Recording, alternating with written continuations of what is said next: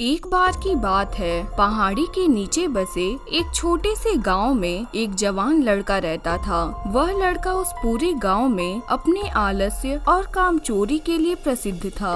सभी गांव वासी उसे आलसी कहकर पुकारते थे, क्योंकि वह पूरे दिन एक पेड़ के नीचे पड़ा रहता, झपकियां लेता और अपने भविष्य के बारे में अच्छे अच्छे सपने देखता। उसके दिन ऐसे ही आलस्य में गुजर रहे थे। लेकिन एक दिन उस गांव में एक बौद्ध भिक्षु पधारे, जो कि अगले 3 दिनों तक उसी गांव में ठहरने वाले थे। बौद्ध भिक्षु गांव में भिक्षा मांगते, दिन भर लोगों को उद्देश्य देते और रात्रि में गांव के बाहर बने बौद्ध मठ में विश्राम करते थे। बौद्ध भिक्षु जब भी भिक्षाटन के लिए जाते और भिक्षा लेकर वापस लौटते, तो वह हर बार उस जवान लड़के को उसी पेड़ के नीचे लेटा हुआ पाते।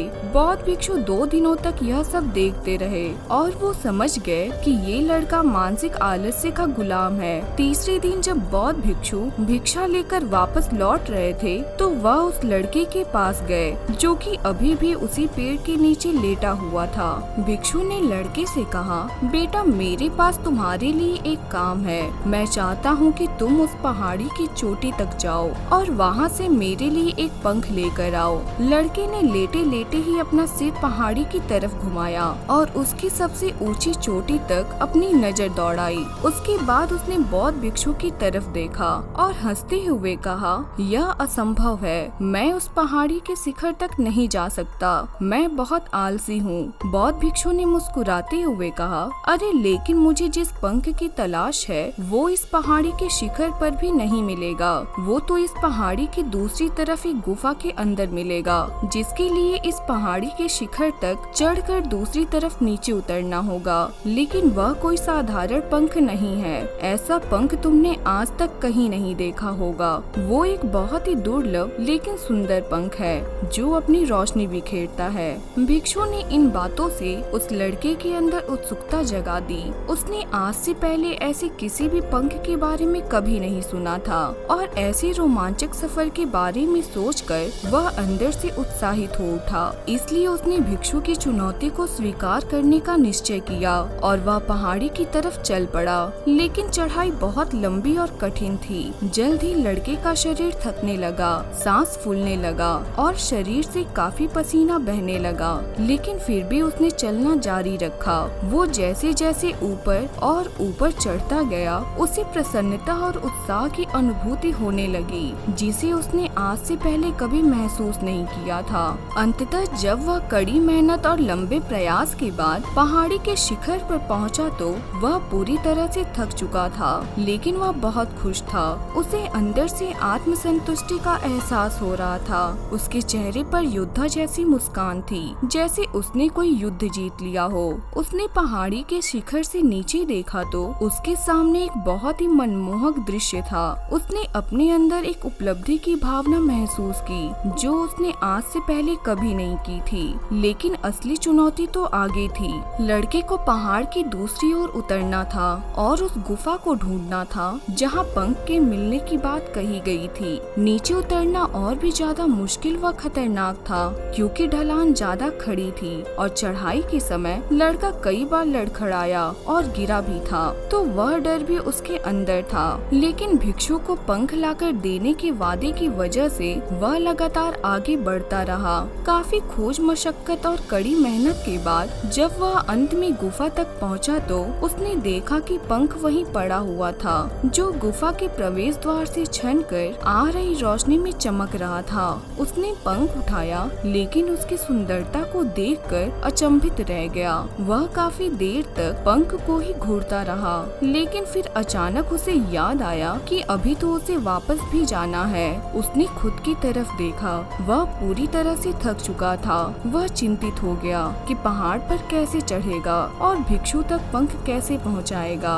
एक पल के लिए उसने हार मानने के बारे में सोचा, लेकिन फिर उसे वह उपलब्धि और गर्व की भावना याद आ गई, जो उसने पहाड़ी के शिखर पर पहुंचने पर महसूस की थी। उसे एहसास हुआ कि उसके अंदर इस सफर को दोबारा पूरा करने की ताकत और दृढ़ संकल्प है। वह दोबारा पहाड़ी पर चढ़ने लगा। उसकी मांसपेशियों में दर्द हो रहा था, पैर कांप रहे थे, फेफड़े फटे जा रहे थे। वह कई बार लड़खड़ा खाकर गिर पड़ा, लेकिन उसने हार नहीं मानी। वह खुद को आगे बढ़ाने के लिए लगातार प्रेरित करता जा रहा था।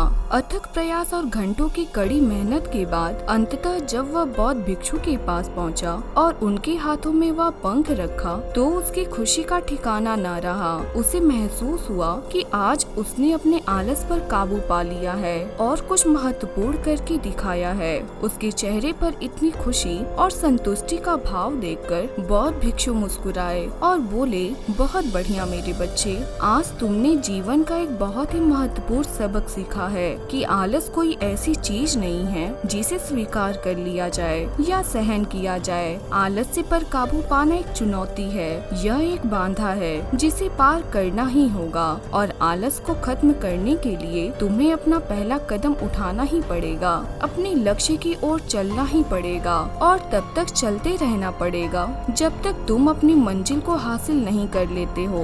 लड़के ने भिक्षु के शब्दों की गहराई और उसके महत्व को समझते हुए हाँ में अपना सिर हिला दिया।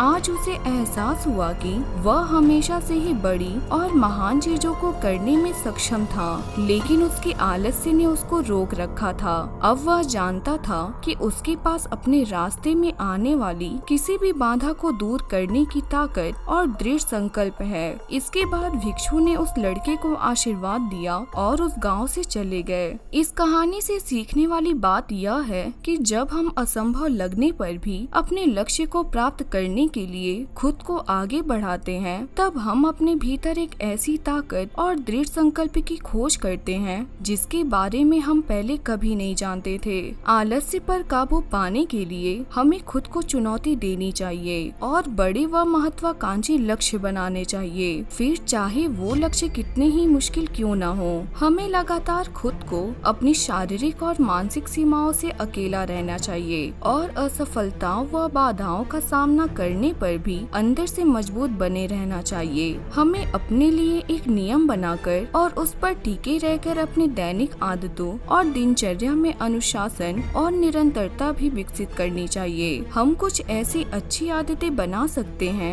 जो हमें मन न लगने पर भी ध्यान केंद्रित करने और क्रियाशील बने रहने में मदद करती है। एक और महत्वपूर्ण बात, आलस पर काबू पाने का मतलब विकास की मानसिकता विकसित करना है। इसका मतलब चुनौतियों और असफलताओं को विकास और सीखने के अवसरों के रूप में देखना, न कि हार मानने के कारणों के रूप में। विकास की मानसिकता को अपनाकर हम असफलता के बारे में अपनी सोच को नया रूप दे सकते हैं और इसका अपने अंदर सुधार व सीखने के लिए उपयोग कर सकते हैं। और अंत में हमें अपने आलस्य पर काबू पाने के लिए अपने आराम को छोड़कर जीवन की चुनौतियों और अवसरों को स्वीकार करना ही पड़ेगा।